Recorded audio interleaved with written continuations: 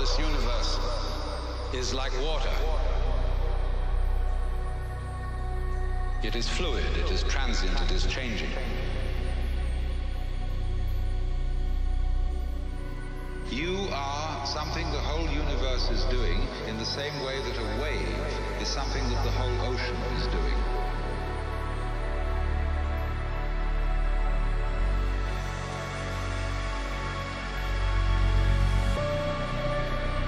The way to become one with the universe is to trust it. That is to say, to be able to drift like a cloud and flow like water.